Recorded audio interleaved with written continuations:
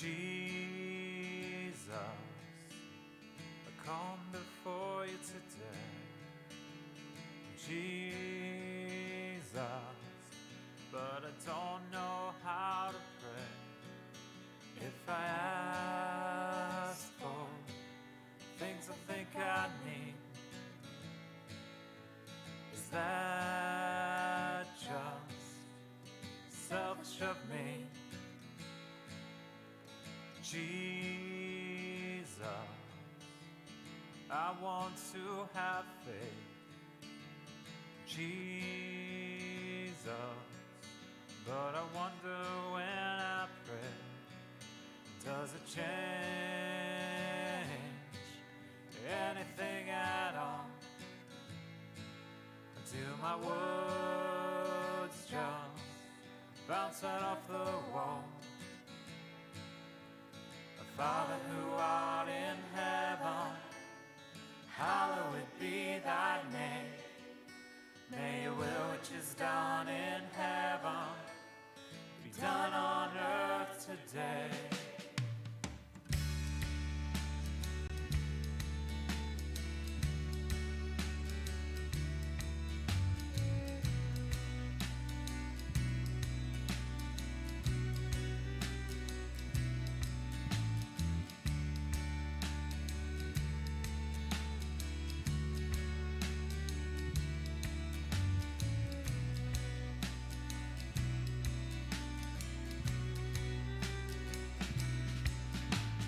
Jesus, can I really change?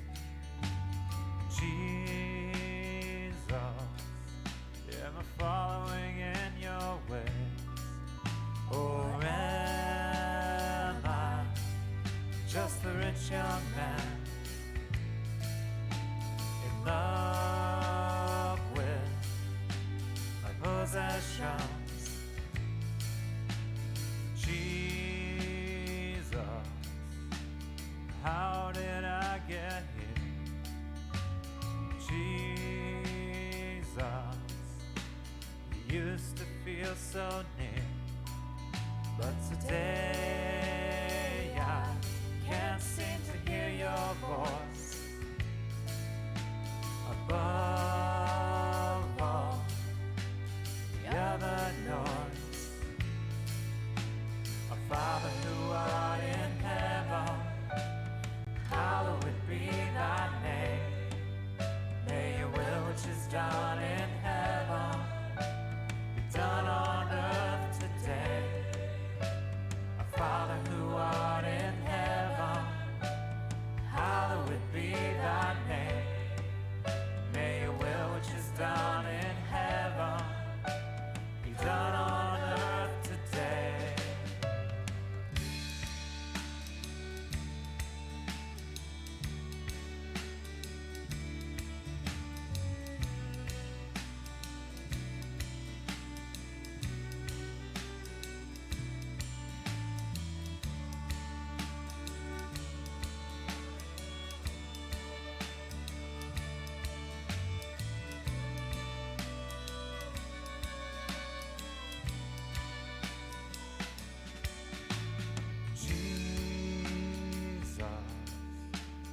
Love you when life is grand, Jesus, and then I blame you when it all hits a fan. Do I have faith the size of a mustard seed? 'Cause moving mountains seems impossible for me. Jesus, is your kingdom really near? Jesus, 'cause we've been broken for so many years. When will you come and make things right? And chase out all this darkness with your light. Father who art in heaven, hallowed be thy name. May your will which is done in heaven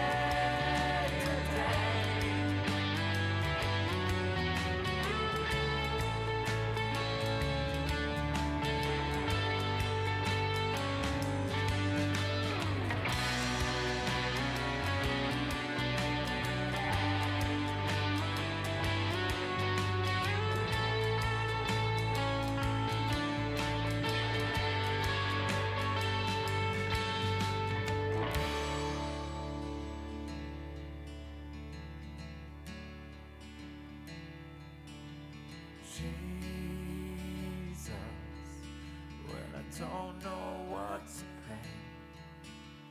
Jesus, thank you for giving me words to say.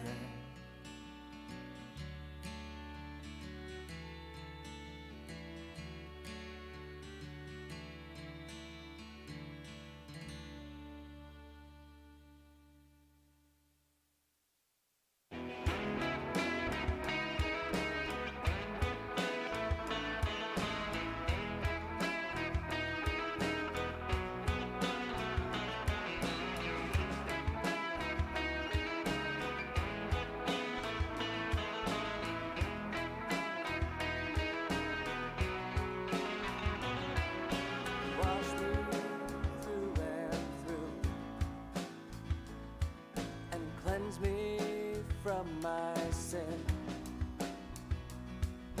Wash me through and through and cleanse me from my sin. For I know my transgressions, and my sin is ever before me. I know my transgressions, my sin is ever before me. Have mercy on me, oh God, have mercy.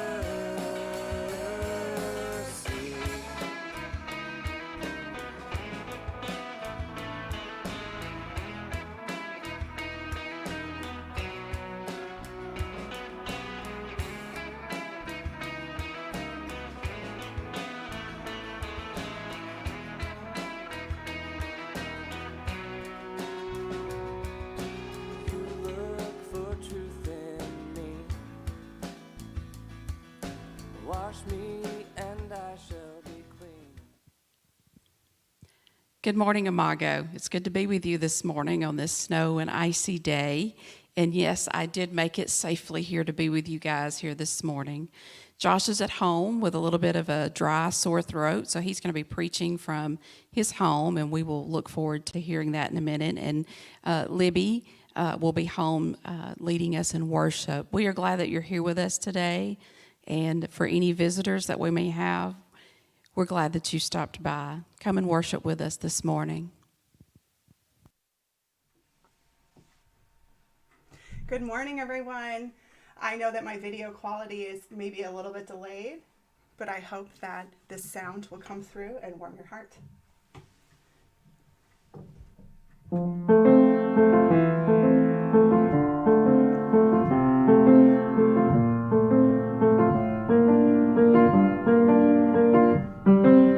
Angels from the realms of glory, wing your flight o'er all the earth. Ye who sang creation's story, now proclaim Messiah.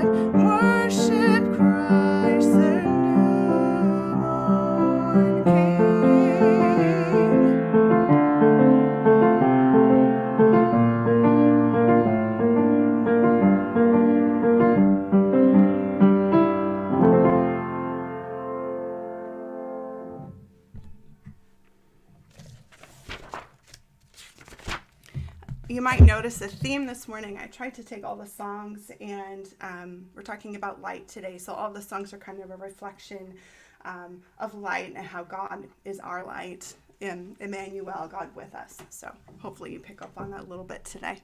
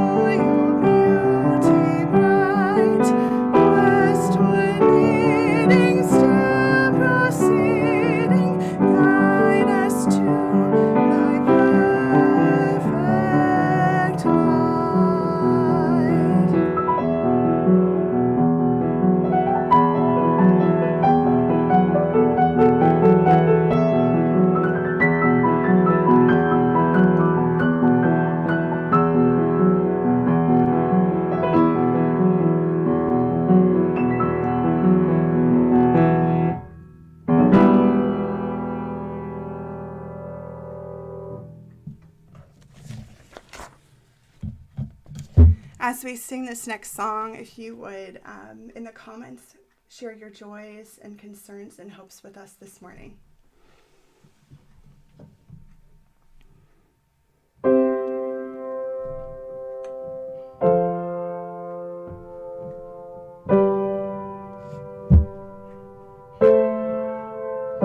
Oh, you've come to bring life, to be light.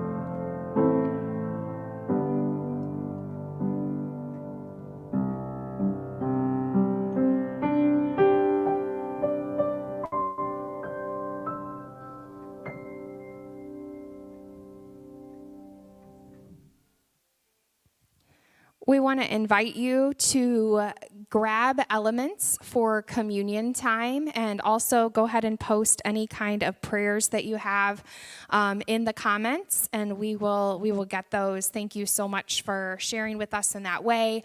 But we will take communion at the end of the service. So whenever it is that you kind of get up throughout the service, or if you're moving around right now and you just want to grab something liquid and something edible to represent those elements. We know that this continues to be a strange practice to do distanced, and yet we're so grateful for the ways that it connects us to one another. And so we invite you to do that and be ready for that when the time comes at the end of the service.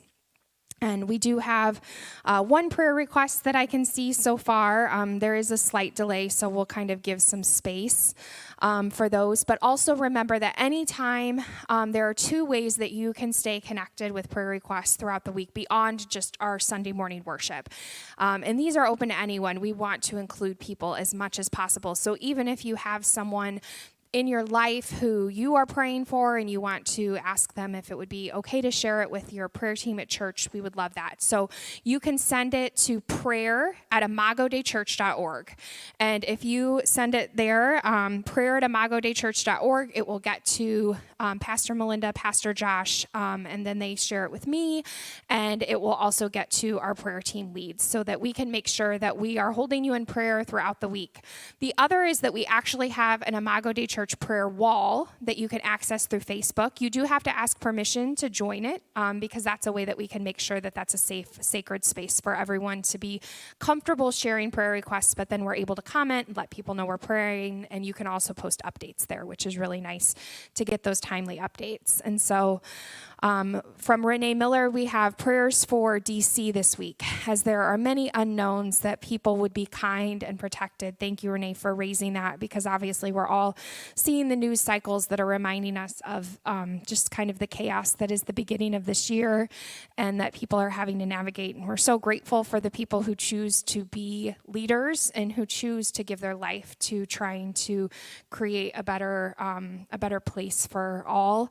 And we know that everyone has different ideas about what that means. So it is a really challenging time. We thank you. And so, Lord, we ask that you would allow people to be protected, but also to inspire their hearts to be kind as they navigate the unknowns in Washington, D.C., but also throughout the country and throughout the world. Lord, hear our prayer. I'm trying to double check. Sorry, I know you can see I'm like holding my phone. I'm trying to, okay. So please keep prayer requests coming to us throughout the week. It just means so much to us when we are able to join you in prayer in different ways. I know that there are so many people who these winter months are going to be so challenging. We've already been so isolated, and now we're adding into the mix snow and ice that drives us to stay home, and it's really challenging. And we're feeling the weight of the grief that the season brought, and that was kind of socially acceptable, right? Grief is socially acceptable at the holidays, and yet then the holidays pass and the grief doesn't always pass. And so, Lord, we just lift up to you all those who continue to grieve and continue to feel the pain and suffering of loneliness in this time. We pray to the Lord. Lord, hear our prayer. God, we thank you that we are here, and that even if we can't collectively be in the same space, that you inhabit each one of us, and you inhabit our homes, and you inhabit our lives and the people that we share with. And we just thank you that you are constantly with us in ways that we can't even begin to imagine, and that in this season where we are reminded that you are with us, that you chose to be with us, and you choose to continue to be with us, that we would receive that good news over and over again, even as we navigate seasons of bad news and of difficult news and of challenging news, that we could still hold sacred that we know that your presence with us matters, and we may not always be able to see the impact that it's having in real time, but that when somehow, some way, when we look back Maybe, God, that we would see a revelation and have an epiphany, that we realize that you were working in a moment that we felt very alone and very afraid, and all of those other feelings that are hard to really even put a name to sometimes, God. So we give you thanks. We give you thanks for the countless volunteers that help make this happen, and the creativity that has been born in this time, the commitment to continue to be in a posture of worship together, even when that's not easy to do and doesn't look the way that we have experienced it for all of our lives. And we especially give you thanks, God, for the people who have made a new commitment to be a part of this space and place, this community of faith, and who have done that in a time when they couldn't come and meet people and experience the same kind of community that so many have come to know and love at Imago, and yet they've chosen to make that choice to be a part of it and to join us, and they're just bringing so much richness and so much unique gifts to the table, and we're grateful for that. So we lift up all of the things that people are carrying with them in their hearts, all of the unspoken prayers to you now. We pray to you, Lord. Lord, hear our prayer. Amen. Okay. It's just kind of a weird day, right? So Happy New Year. It is 2021. We did make it, so that's exciting. And with that are new opportunities to be in community together, even in this very strange time. And so we just want to make sure that you have this date on your calendar. This is a really cool opportunity. More information will be coming later, but we love for people to get it on their calendar early. January 27th, Eats, Drinks, and Orthodoxy will meet on Zoom. It starts at 6:30, but it really doesn't start till 7, so you can come at 6:30 for some light conversation, and then in 7's when they dig into the deep topic for the night. So that Zoom link is shared kind of all over the place, but we can get it to you as well if you want to get that into your calendar and make sure you have it all together. There is a new Sunday school class starting today with Pastor Melinda. It's Animate Bible.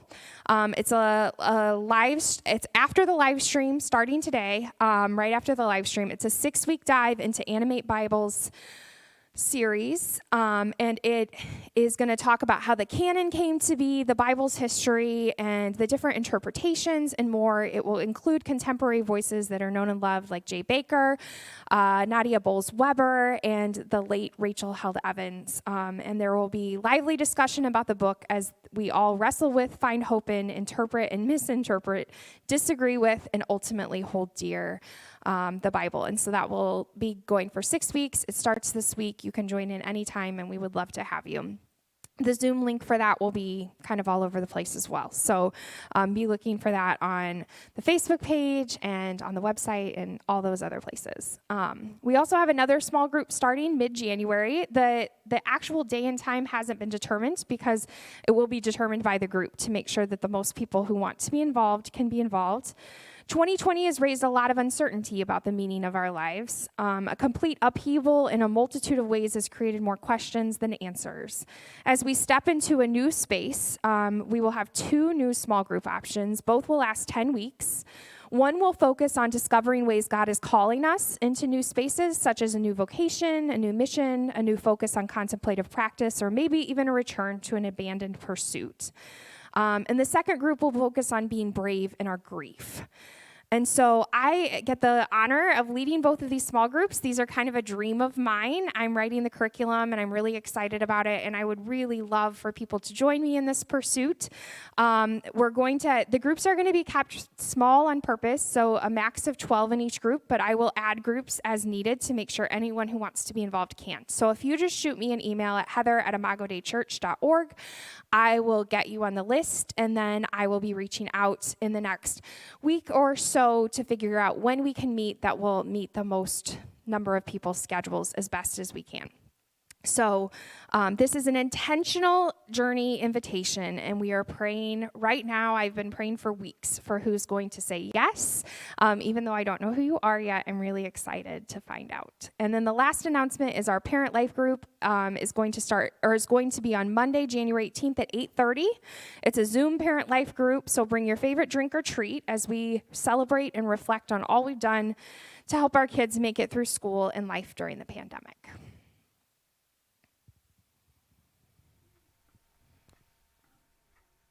Okay. My name's Dan Moore, and I've been going to Imago since pretty much the beginning. I attended a church, Northwoods, with Charlie, the founding pastor, and I went to the small group that he led. And so when he started a church and they did the meeting at the Gateway building, I started attending then. And so I've been attending since the beginning, and I've continued to attend because the church Imago Day has always been very good at doing outreach towards the community, towards Honduras, and they just are very much a outreach church, which I've always appreciated. So I've continued going. I'm reading the passage today, and this morning's passage comes to us from Matthew 2, verses 1 through 12 in the New Living Translation. Jesus was born in Bethlehem in Judea during the reign of King Herod. About that time, some wise men from eastern lands arrived in Jerusalem, asking, "Where is the newborn King of the Jews?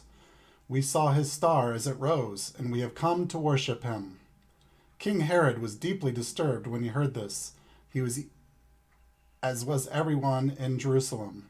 He called a meeting of the leading priests and teachers of religious law and asked, "Where is the Messiah supposed to be born?"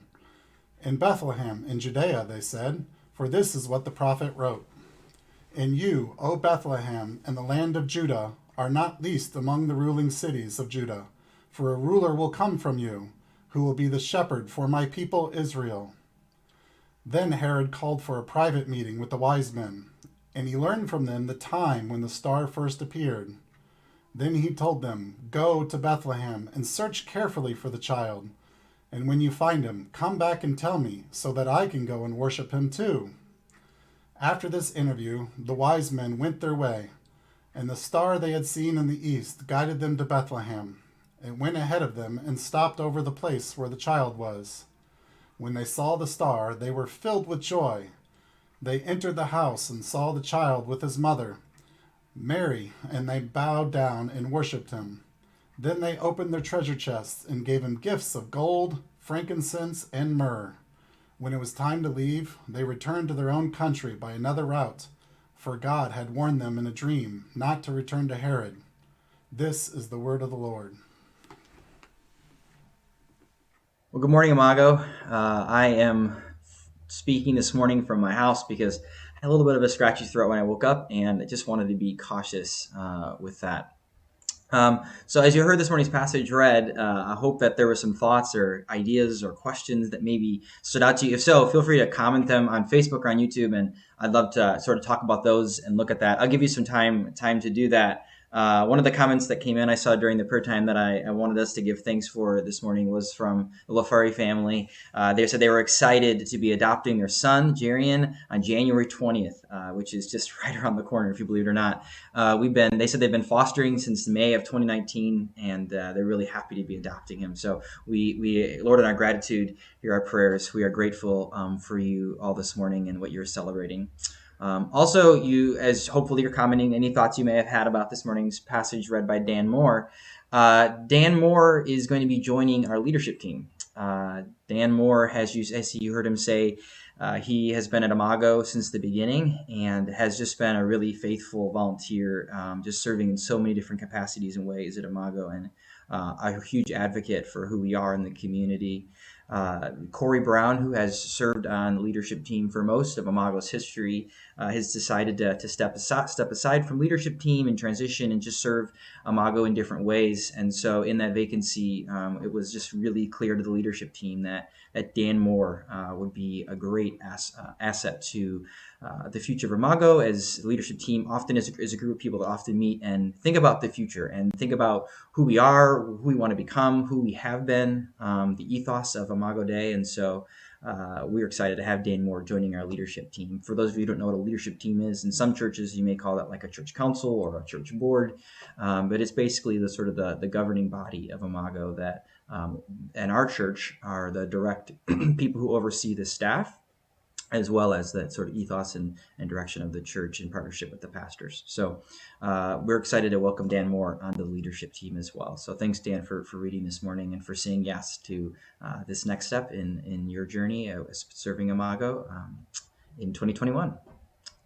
Well, I am not seeing any comments coming in yet, except for, bam, good, there's a few, awesome. So Courtney says, I took a history of Christmas class and I heard that gold was for a king, frankincense for a priest, and myrrh for embalming a dead body. Yeah, that is all accurate, true facts. Which I think is sort of interesting. There's been lots of debate and conversation on like, what did each of these different gifts represent? And to me, those seem to make the most sense, and they seem like really prophetic gifts. I've also heard other people say that they were just specifically bringing gifts that were prominent to the places in which they came from. And so I think that's kind of an interesting thing to think about a little bit as well, that sometimes there isn't meaning.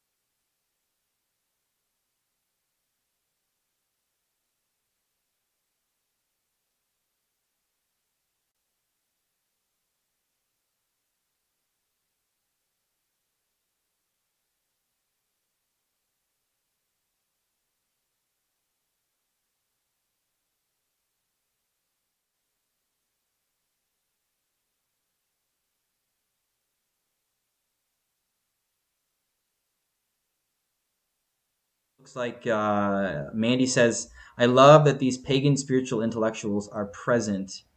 Oh, looks like we lost me. Can folks still hear me even though they can't see me?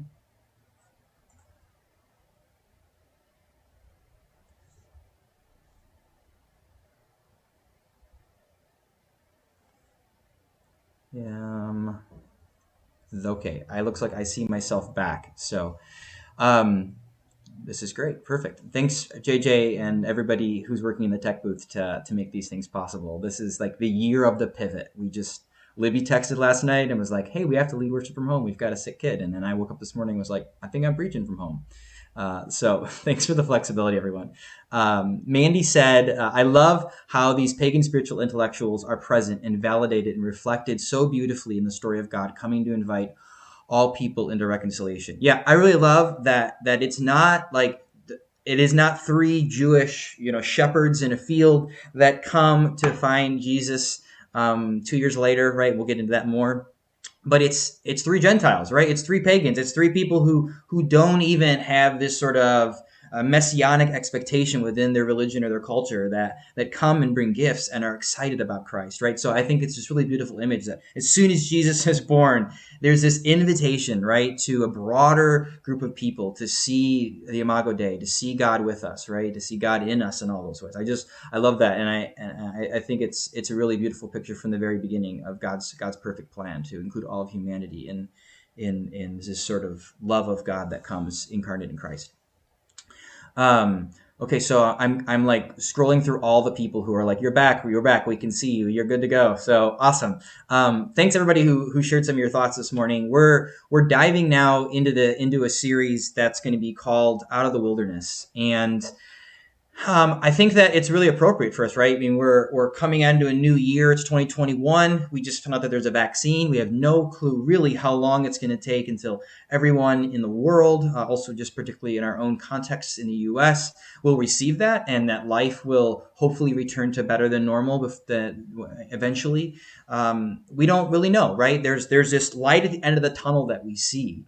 But yet we're still in it, right? We see this light that maybe we hadn't seen before, and we didn't know when a vaccine or when this thing was going to break, but there is a light. And I think that we're walking towards that light. And so how appropriate for the next 4 weeks to talk about what it looks like to still be in a wilderness state, to still be in a hard place, to still be in a place of great despair or frustration or hurt or heartache or pain or uncertainty or unknown, however you would personally define a wilderness state.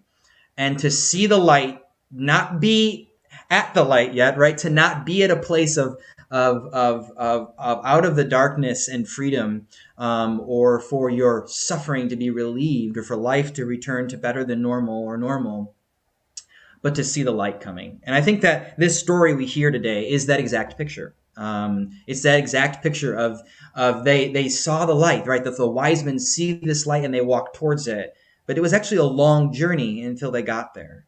I'm looking out at my windows here out in the kitchen, and I don't know if you can see out the windows behind me, but I imagine if you look out your own windows, you can see these trees that are heavy with snow. And early on in our Advent season, I talked about how I wanted to get my trees trimmed because I knew that eventually the snow would come and it would be super heavy on the limbs, and then the limbs would start to snap and break because they couldn't handle all of the weight that was being placed on them with the snow. And I came back yesterday from Chicago and pulled up in my driveway, and I did get my trees trimmed. Nonetheless, there were still limbs down in my yard that clearly broke from the weight of the snow. And looking across at my neighbor's yard, she has limbs all over her yard as well, large ones that broke because of the weight of the snow. And I can't help at the time I see that now to stop and think about how those limbs with the weight of the snow, I think, are how many of us are feeling, right? Like we feel like we are just at a breaking point. We just feel like it is just so heavy, everything we've had to carry this year. Maybe this is the normalcy of life and the pains and sorrows and things that come on top of all of the lack of normalcy that this pandemic has brought. We feel the weight of it, right? We feel the pain and the difficulty of not being able to really relieve ourselves of this. But yet there's this beauty, I think, of just knowing right now that like the light is coming, that like the light is it's gonna melt the snow off of those limbs eventually, and not all of them will break off, not all of them will snap off and not be able to take it. There's hope, right? But I think that it's always important to remember that I think the light at the end of the tunnel, sometimes that tunnel can feel super long. The Israelites, they wandered for 40 years when it should have taken them 40 days to get where they needed to be. They saw the light. They were on a journey towards a different and better, hopeful life, but it took them a long time, longer than they ever even anticipated. I can't help but stop and think this morning about my grandmother and my aunt. They came to visit me a month or so back. My grandma was adamant that she had to see where I lived. She just needed to know where I had settled in and the house that I had bought. And so she was asking everybody possible to give her a ride to come and bring her to see me. And so finally, one of my aunts decided they were going to bring her here to Peoria. And this aunt deals with a wide array of challenges and issues. So it made me a little nervous that she was the one who was going to be bringing my grandma. But nonetheless, they insisted and they persisted and they came. However, it ended up taking them 8 hours to drive here from Chicago. Well, if you've ever driven to Chicago, you know that it does not take 8 hours to get there from here. It takes 2.5, maybe 3.5 if you take a couple bathroom breaks, but it took them 8 hours. I can remember knowing that they were on their way, and at hour 3, I thought, well, they've got to be here any minute, right? Like hour 3.5, I thought, well, maybe they've stopped to get something to eat, maybe they've stopped at a restroom a couple times. But when it started to get to hour 4 and hour 5 and hour 6 and hour 7, and I started calling and it would go straight to voicemail and they weren't answering, I'm going to tell you what, I became overwhelmingly anxious. I became really nervous. Every negative scenario began to go through my head.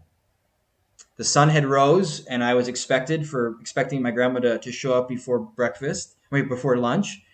And the sun set and she still wasn't here. And then I remember seeing the lights bright shining into the windows on the side of the house as she pulled into the driveway, and it was night. They arrived. She was shaken. She was upset. My aunt had a million reasons why they had gotten lost on the journey and how her phone had died and how they couldn't find a charger at any of the gas stations they stopped at to charge her phone. My mind was blown. I didn't understand how someone could get lost for 8 hours when it was a 2.5 hour drive. But I began to also think about the reality that I know my aunt, and I know my aunt probably was talking with my grandma, who also can talk a lot, and they probably were carrying on back and forth, not listening to the GPS, missing turn after turn, getting more and more lost for 8 hours.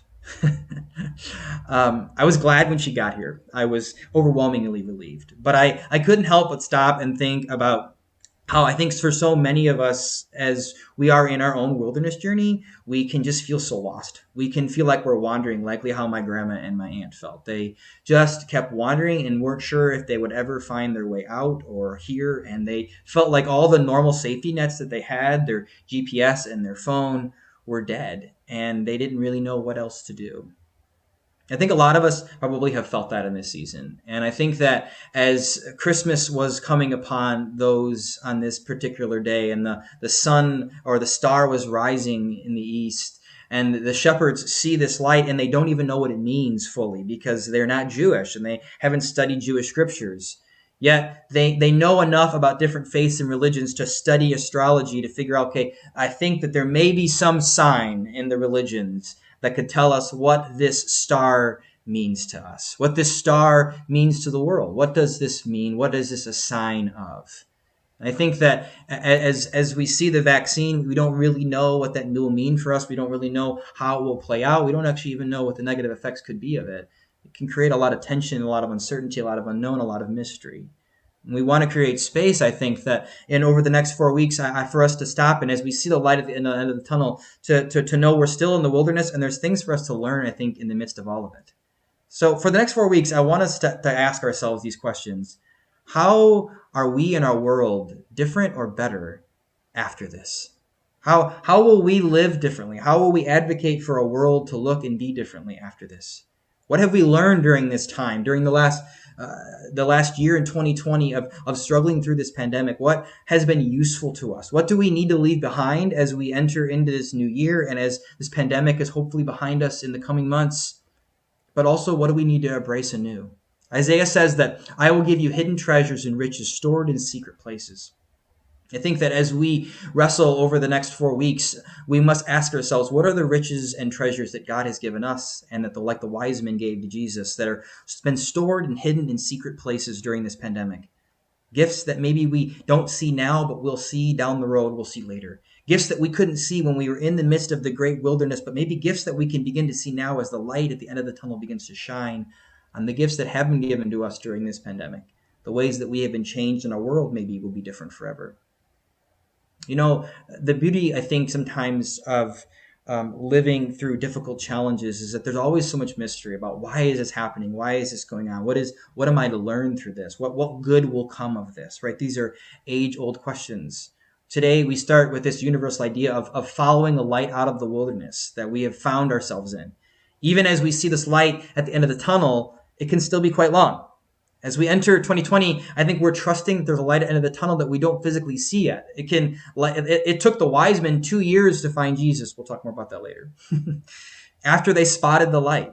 It took the Israelites decades wandering in the desert. It took Joseph almost a lifetime to find the light of reconciliation with his family. It took 3 days for the light of the tomb to shine forth. Sometimes, even as we see the light at the end of the tunnel, sometimes that journey in the wilderness towards it is still long and hard. And so today it marks Epiphany Sunday. This is a church holiday in the lectionary, which is a holiday that churches and Christians all around the world will stop and celebrate this first Sunday after Christmas. It's been celebrated since the 4th century. And the word epiphany is this idea of a mystery being revealed.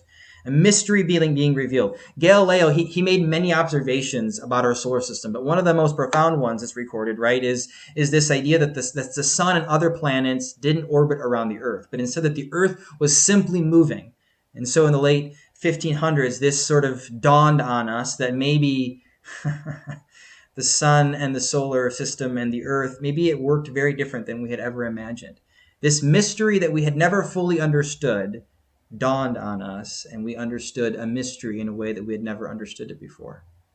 And I think when the Magi saw the star, it was a mystery to them what the star meant. It was a mystery to them of how that all will fit together and what it would mean for us. Just this year, right? And we saw Jupiter and Saturn align super close to one another. And this hasn't happened since the 17th century. Now, because of modern science, we have been able to understand like why that happens and what that means, and that those are actually two planets together and what that's indicating and signaling to us, right?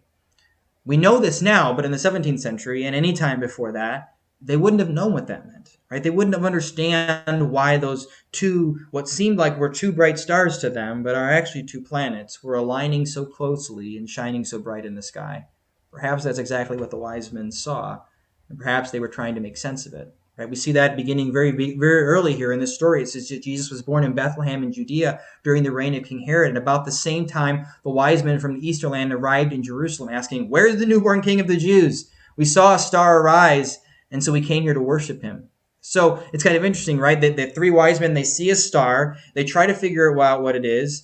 What they realize is that, there's a prophecy about within the Jewish tradition that says that the Messiah will be born, and you will see this star that will rise in the east. So where do they go? If you're looking for a Jewish king that's going to arrive on the scene, right, according to Jewish prophecy, you go to the capital, right? That's, if you're going to be a Messiah and you're going to be born, you're probably going to be born in the most prominent town and place for the Jewish people, in Jerusalem. So where do they go? To Jerusalem. They get to Jerusalem, though. Guess what? Jesus isn't there. They went to Jerusalem. Basically, it's like going to Chicago or Springfield, but really Jesus was born in Bartonville or El Paso, Illinois.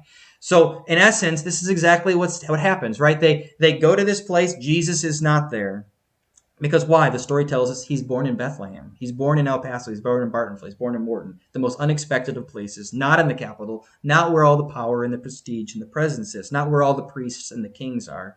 Instead, Bartonville, right? And so we see, picking up in the story, a really interesting point then. In verse 4, he says, so he calls a meeting. King Herod is outraged. He can't believe that these kings are there looking for a king because what? He's the only king in town. And so he calls a meeting for the leading priests and teachers of religious law and asks, tell me, where is this Messiah supposed to be born? Because these magi are here in Jerusalem looking for him. They can't find him, but I want to know where he should be. Because, right, Herod is disturbed by the idea of anyone coming to power who would question or threaten his power. There is only room for one king in town. That's Herod. And so if there is some other king that's being born into the town, he wants him gone. So the religious leaders, they quote this passage from Micah, telling him exactly where they can find, or he can find, this Messiah. I think it's kind of interesting to me to think about the fact that the religious leaders of the day, that they tell Herod where the Messiah is to be born. Herod actually considered himself a Jew, yet he doesn't know in any way where the Messiah is. So he calls on the religious scholars to tell him, and they tell him. I wondered for a moment, it's interesting to me that this passage says that not just Herod was disturbed, it says all of Jerusalem was disturbed by the fact that these wise men were there looking for Jesus, looking for the Messiah. Okay, I'm trying to figure out if you're the Jewish people and you are waiting for your Messiah to come, and there's some wise men that show up who are Gentile pagans, and they are on the scene looking for your Messiah. Why would you be disturbed? Why wouldn't you be excited? I can't help but stop and wonder if for them, when this prophecy that they quote to Herod from Micah, it's 700 years old. I can't imagine waiting 700 years to see some light at an end of a tunnel to come for your Messiah to finally arrive. That's like 7 to 9 generations of people that they have been waiting for their Messiah. I wonder if they just sort of kind of were becoming deflated, kind of giving up, losing perspective, maybe just growing content with Herod and whoever would come next and before him as king. Maybe they just lost perspective about who the Messiah was. Maybe they lost perspective that there was ever going to be light, there was ever going to be deliverance, there was ever going to be hope, that their Messiah was going to come. No, it kind of feels like they just sort of handed over this information to Herod. And Herod only had ill intent with it. Verse 9 says that after this interview with the wise men that Herod has of telling them, now, this is where I found out you should go. The Messiah is supposed to be born in Bethlehem, not Jerusalem. So leave Jerusalem, get out of here, go to Bethlehem. Tell me if you find the king. And if you do, if you find this Messiah that the Jewish people are waiting for, come back and let me know. Now, I think they knew all along that his intent was only evil. But they go on the journey, right? Because their journey is to figure out, where does this star lead? And so after the interview, it says in verse 9 that the wise men went their way, and the star they had seen in the great east sent them to Bethlehem. It went ahead of them and stopped over in place where the child was. When they saw the star, they were filled with joy, and they entered the house, and they saw the child with his mother, Mary, and they bowed down and worshipped him. I think it's really interesting to stop and think about, right? Like whenever you see a nativity scene, oftentimes in the traditions that I grew up in, the wise men were always on the scene. They were always right there by the stable from the day you set up your Christmas decorations. However, one of the things I've really grown to love and appreciate from the Methodist tradition I was a part of and the United Church of Christ tradition, basically the mainline tradition, is that they don't bring the wise men out when Christmas decorations go up. The wise men go somewhere else in the church or somewhere else in the house. And after Christmas, right? After Christmas, after Jesus is born, on this Epiphany Sunday, the wise men begin to make their journey back into the nativity scene. My Christmas decorations are still up because it's still Christmas, right? In my brain, because it's Epiphany. The wise men are still on their way. Now, guess what? The wise men didn't actually arrive in 7 days after Christmas or anything like that. Wise men actually arrived 2 years after Jesus was born. You know, how do you know that they arrived 2 years after? Well, if you continue on in the story in verse 16, you see that Herod makes this mention that he wants all, when they do finally find out where Jesus has been born, he makes a decision that he wants all the babies killed who have been born over the last 2 years. So basically, it took them 2 years to get there. And so he's like, anybody who was born from the moment that the star appeared to now, I want them dead. And that's Herod's decree.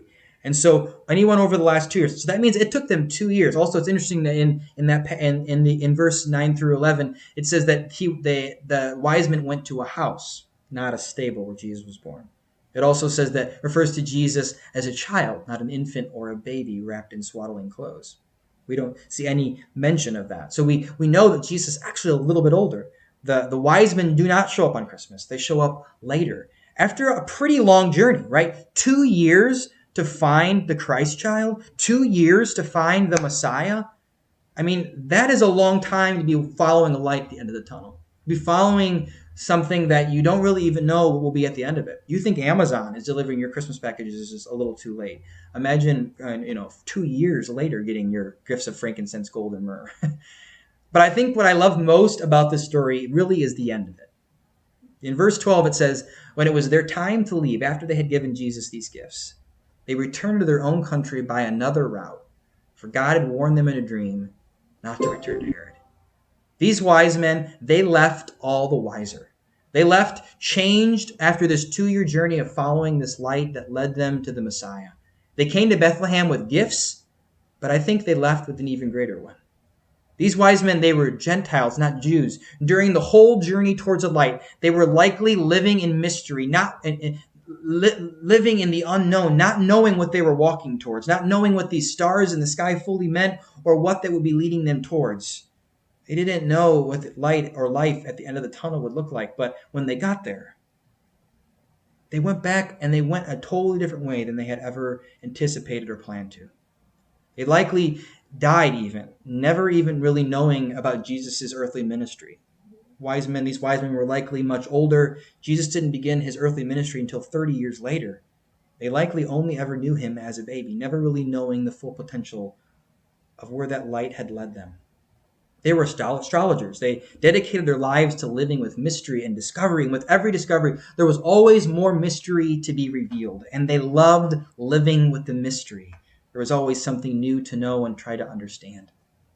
I don't know about you, but when I look back on 2020, I have to remind myself that this year, it does count. It matters. It wasn't just a year to get through, but it was a year of mystery. It was a year that hopefully I will be changed and I will be different. And I will look at the world and I will see the world differently. It was a year of suffering, while also a year of light. It was a year that revealed the racial inequity in our world, to whom to some it was a mystery and the light has been shined on it. It was a year that revealed the incompatibility and the bitternesses that existed within some of our marriages or relationships, for whom now that mystery is brought out of the dark and there's been a light shined on it, and we have to decide what to do with it. Will we reconcile? Will we get counseling? Will we get therapy? Will we work at it? Or we realize maybe our best days in this way are behind us? It was a year that revealed deep loneliness, I think, for some of us who we've always known was there, but because of the pandemic, it was inescapable this year, and we're having to grapple with what to do with that loneliness. For some of us, this was a year that revealed we will never, in our wildest dreams, want to homeschool our children. Mystery revealed. Never again, right? We know now. And for others of us, I think it was a year that we lost our jobs, or our job changed dramatically, and we didn't know that we hated our jobs until we felt the relief of losing it and the possibilities of what we could explore new to begin something different. I think that, like the wise men, we too need to approach this sort of journey, this journey through the wilderness towards a light at the end of the tunnel, with the question of how will we and have we been changed through the journey of following the light? How has the wilderness made us different? How do we want to live differently when we leave this season, this place, this way? One of the things I heard this year was really interesting on the news. That there was huge increases in the purchases of real Christmas trees this year. People and the Christmas tree industry, real Christmas tree industry, wasn't prepared for this, because their trends have been that people have been buying more and more artificial Christmas trees. But this year, it completely changed, and they weren't ready for the huge increase of people buying Christmas trees. And I think what that's really revealing to me about that is that there were people who maybe in a normal state and time in life, they just didn't have time for that, right? They just didn't have time to go cut down a Christmas tree, or they had other things they wanted to focus on instead of the activity of going and cutting down a tree and bringing it in and watering it and taking care of it. In some ways, also, maybe people purchased real Christmas trees this year because they were actually going to be home to be able to water it and care for it. They weren't going to be traveling as much, so that they didn't come home to a dead Christmas tree. I don't know. There are probably lots of reasons for it, but I was talking with someone in our church just a few weeks ago, and they said, I really appreciated Thanksgiving this year because we just stayed home with our kids. We didn't travel and go super far. It wasn't really stressful. We didn't have to worry about hosting. It was just simple. And I realize that that's privileged for a particular family who has kids, and if you don't have family and you are just home alone, then maybe it's not as exciting or as great. But I do think that there's something beautiful to think about maybe what this year has taught us, that maybe there are certain things that we must learn to slow down and to appreciate, that new traditions that maybe we'll begin to adopt this year that allow us to spend more time intentionally doing the things as a family that maybe we would have not done before because we were busy doing so many things apart. I don't know. What light, what new traditions, what new ways has this pandemic shined upon us? And may we be changed or different? May we go back a different way after it? Brene Brown talks about making dinner with her husband, and how they made this dinner, and it was supposed to be this really sweet date night between the two of them, and then they completely burned and destroyed and made this food taste terrible when they finally sat down to eat it. And they both looked at each other and they're like, I know we spent a ton of time together making this dinner tonight for a date night, but it's terrible. So they threw it in the garbage and they ordered takeout. You see, it really wasn't about the food they were making, right? It was about the time they were spending together. And I think that this holiday season, I think this last year, I think that it has forced us to all stop, to slow down, to think about things that maybe we hadn't thought about before, to see things that we hadn't seen before, to understand mysteries in the world and in ourselves and in our society that perhaps were unknown to us, maybe to reorient our priorities. I don't know what it is for you today, but I do ask this question. What are the gifts to you that this pandemic has given you? What is the light that Christ has shined in the darkest parts of your life and has left you changed, just like the wise men were left changed after encountering following the light of Christ? What has the long and hard journey through the wilderness taught you? How are you changed now on the other side of it? When we arrive on the other side of this pandemic, how will you and how will our world live differently? So when you go back after this long journey to where the light has led you, how will you be changed, church? Where will you, like the wise men, not return to again? Where will you avoid? What will you embrace? How will you live differently? How has the journey through the wilderness changed you? I think if we follow the light, and I think if we truly look within ourselves and ask those questions, I think there'll be great gifts for us as we come through this wilderness place. Hopefully you have your communion elements with you. I encourage you to grab those now. And as Libby does this final song with us as we close our service, I encourage you to partake in that communion this morning. That too is a gift to you, the gift of God's body and God's blood, symbolisms of God's selfless love for you, symbolisms of the light that Christ saw as he came out of the tomb, symbolism of the light that Christ looked to as he faced the wilderness seasons in his life and the uncertainty of the cross. May you embrace the gifts that God has given to us through his body and through his blood. And may they be reminders to you of the light and hope we have in Christ. May we be changed as Christ was changed. May we be changed as the wise men were changed. May we be new people. And may the light guide us to something new, something beautiful, that may we forever be changed.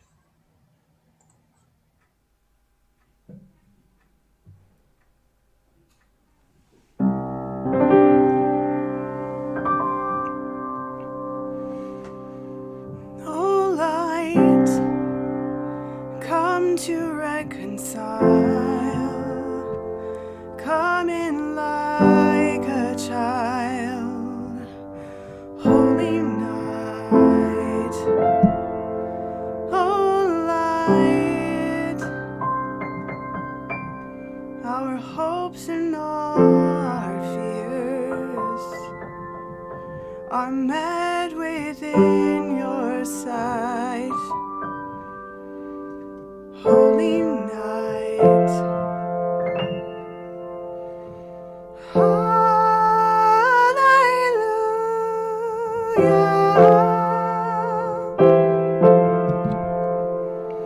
God is with us.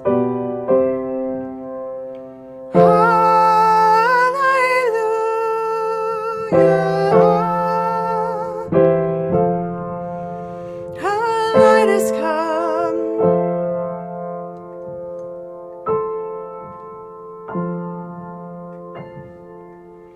Oh, light, God and flesh entwine, of earth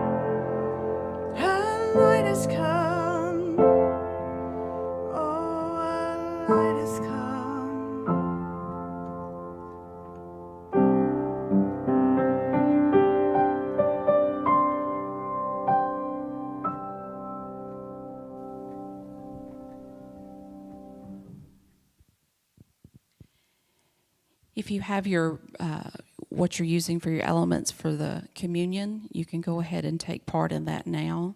And let us pray as we end our service this morning. God, we are thankful for the gift of the table that always brings us together. We are thankful that all are welcome. I am thankful that I am welcome. God, I pray that as we have left a very difficult year, God, what have we learned so that we might go about our lives in a different way? What have we learned, God? God, continue to guide our paths, order our steps. Continue to reveal yourself to us. And we are so thankful that you do all these things. And it's in your Son's name I pray. Amen. Go in grace and peace.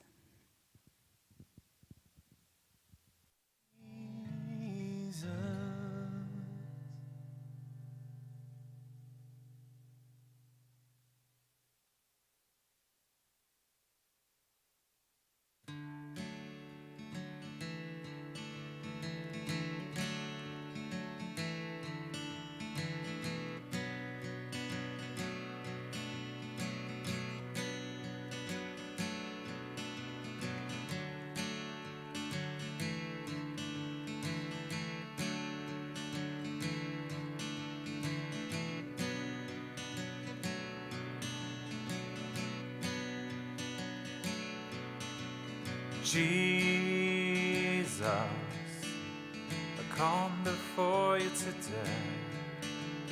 Jesus, but I don't know how to pray.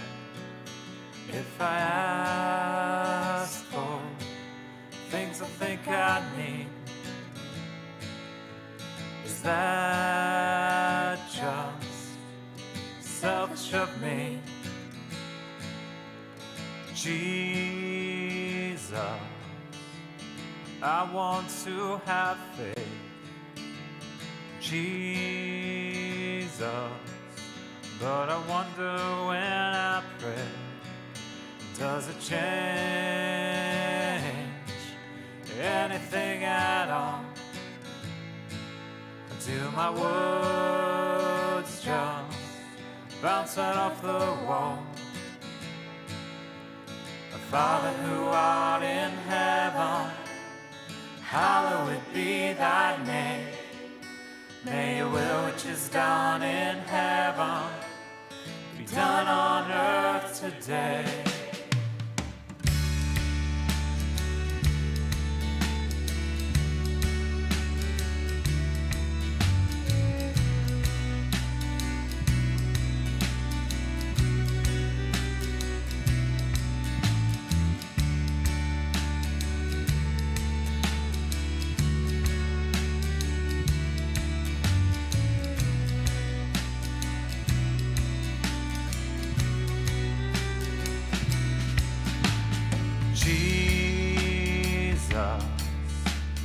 Can I really change? Jesus, am I following in your ways? Or am I just the rich young man in love with my possessions? Jesus, how did I get here? Jesus, you used to feel so near, but today I can't seem to hear your voice. Above all the other noise, our Father who art in heaven, hallowed be thy name. done in